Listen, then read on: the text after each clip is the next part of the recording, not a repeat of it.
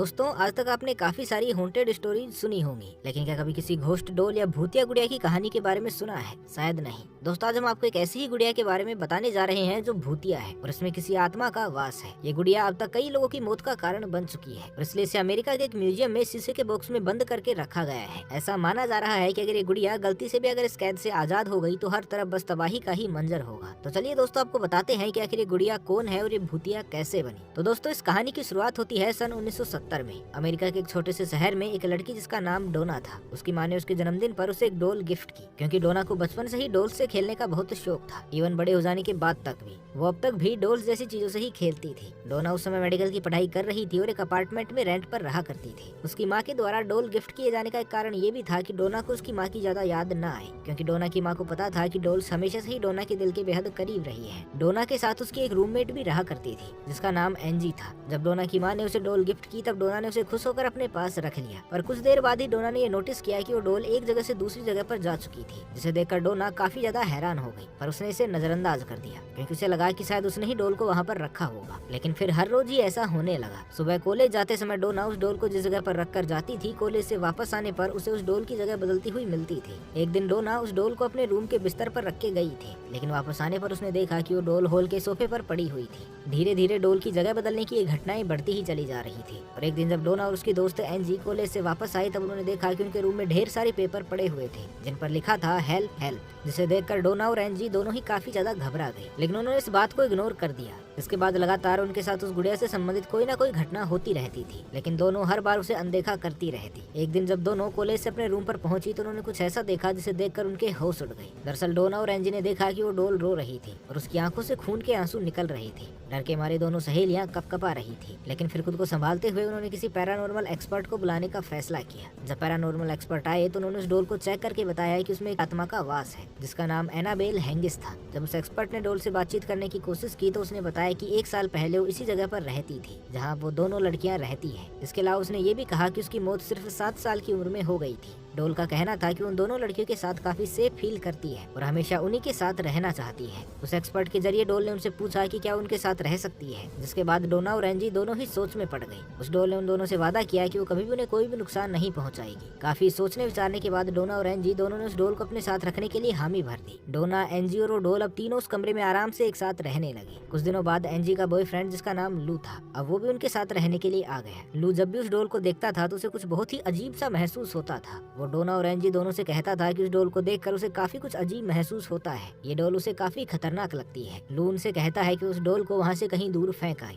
पर डोना और एंजी दोनों ने लू को समझाते हुए कहा कि ऐसा कुछ भी नहीं है, वो बिना बात के डर रहा है। उस डॉल में सिर्फ 7 साल की लड़की की आत्मा है और वो उन्हें कभी भी कोई भी नुकसान नहीं पहुंचाएगी। वो सिर्फ प्यार चाहती है। पर डोना और एंजी शायद ये बात नहीं जानती थी कि लू की बात न मानकर वो कितनी बड़ी भूल कर रही है। एक रात जब लू अपने कमरे में सो रहा था तभी आधी रात को अचानक उनकी नींद खुली। लू ने महसूस किया कि वो अपने शरीर को हिला भी नहीं पा रहा है। लू घबरा गया और खुद को उठाने के लिए हड़बड़ाहट करने लगा। तभी अचानक उसे किसी बच्चे के हंसने की आवाज सुनाई दी। जब उसने दूसरी तरफ देखा तो एनाबेल डॉल उसे अपनी तरफ आती हुई दिखाई दी, जिसे देखकर डर के मारे लू की सांसें ही अटक गई। काफी कोशिश करने के बावजूद वो अपने शरीर को हिला तक भी नहीं पा रहा था। एनाबेल डॉल उसके पास आकर रुक गई और उससे घूरने लगी। इसके बाद लू बेहोश हो गया। अगले दिन जब वो होश में आया तो काफी डरा हुआ था। उसे कुछ समझ में ही नहीं आ रहा था कि जो घटना रात के समय में उसके साथ घटी थी वो सच थी या फिर उसका कोई भ्रम था। एक दिन जब लू और एंजी घर में अकेले थे तब उन्हें अपने कमरे में एक अजीब आवाज सुनाई दी। उन्हें लगा कि कोई चोर अंदर घुस आया है, लेकिन जब लू ने उस कमरे में जाकर देखा तो वो रूम बिल्कुल खाली पड़ा था और फर्श पर वहीं एनाबेल डॉल गिरी पड़ी हुई थी। इसके बाद लू को अपने चेस्ट में काफी पेन महसूस होने लगा, मानो जैसे कोई उसे नोचे जा रहा हो। जब उसने अपने कपड़े खोले तो देखा कि उसके शरीर में कई बड़े और गहरे नाखूनों के निशान थे और उनमें से खून निकल रहा था, जिसे देखकर लू एक बार फिर से घबरा गया। उसने डोना और एंजी दोनों को इस घटना के बारे में बताया, पर डोना और एंजी दोनों को ही लू की बातों पर विश्वास नहीं हुआ। उन्हें यही लग रहा था कि कोई 7 साल की बच्ची ऐसा कर ही नहीं सकती है। लेकिन इसके बाद घर में एक के बाद एक अजीबोगरीब घटनाएं घटती ही चली गई, जिसके बाद लू के दबाव देने पर उन्होंने एक प्रीस्ट को बुलाया जिसका नाम फादर हैगन था। पर फादर हैगन को ऐसा लगा कि वो इस काम के लिए सही नहीं है। उनका मानना था कि ऐसी आत्माओं की जांच के लिए किसी बड़े प्रीस्ट को बुलाना चाहिए। इसलिए उन्होंने एक बहुत बड़े प्रीस्ट फादर कुक से कांटेक्ट किया और फादर कुक ने एड और लोरेन वारन से कांटेक्ट किया, जो कि इस तरह की पैरानॉर्मल एक्टिविटीज पर काम किया करते थे। जब इन्होंने इस एनाबेल डॉल की जांच की तब उन्हें पता लगा कि इस डॉल में किसी 7 साल की बच्ची की आत्मा नहीं बल्कि एक शैतान की आत्मा थी। वो शैतान बच्ची बनने का बस नाटक कर रहा था। उसका मकसद मकसद कोई प्यार पाना नहीं बल्कि डोना या उसके किसी भी दोस्त के शरीर पर कब्जा करने का था। ये सब सुनने के बाद तो डोना और उसके दोस्तों के पैरों तले तो जमीन ही खिसक गई। अब तो वो इस डोल को 1 मिनट भी अपने पास नहीं रखना चाहते थे, इसलिए उन्होंने एनाबेल डोल को एड और लोरेन वारन के हवाले कर दिया। एड और लोरेन उसे अपने साथ लेकर जाने लगे। जब उस एनाबेल डोल को अपनी गाड़ी की पिछली सीट पर रखकर घर जा रहे थे तब उन्हें कुछ अजीब सा महसूस होने लगा और अचानक ही उनकी गाड़ी की स्टीयरिंग और ब्रेक फेल होने लगे। एक जगह पर जाकर तो उनकी गाड़ी का संतुलन पूरी तरह से बिगड़ गया।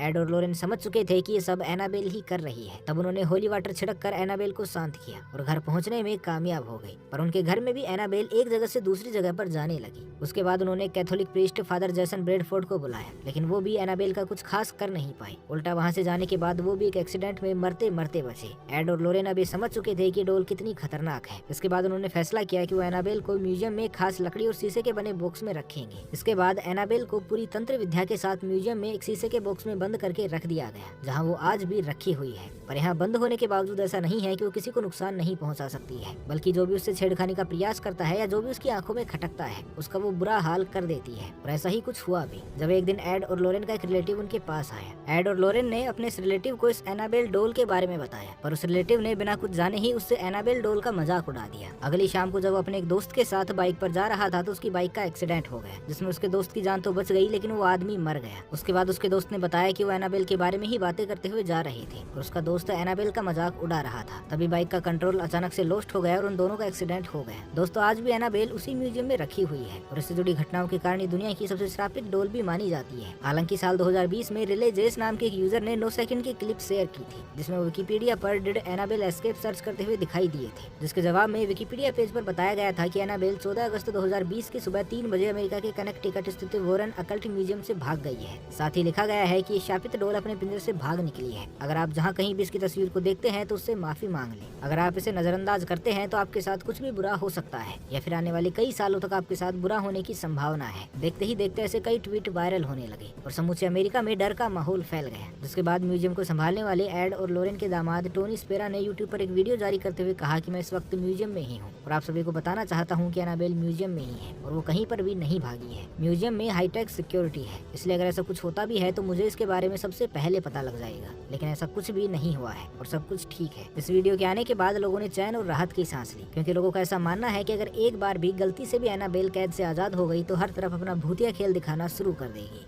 वेल दोस्तों, आपका इसके बारे में क्या मानना है हमें कमेंट बॉक्स में जरूर बताइएगा। बाकी आज के लिए बस इतना ही। मिलते हैं एक नई वीडियो के साथ अगले शनिवार को शाम 6 बजे। तब तक के लिए खुश रहे, मस्त रहे, हंसते रहे। भगवान करे आप सभी का दिन शुभ हो।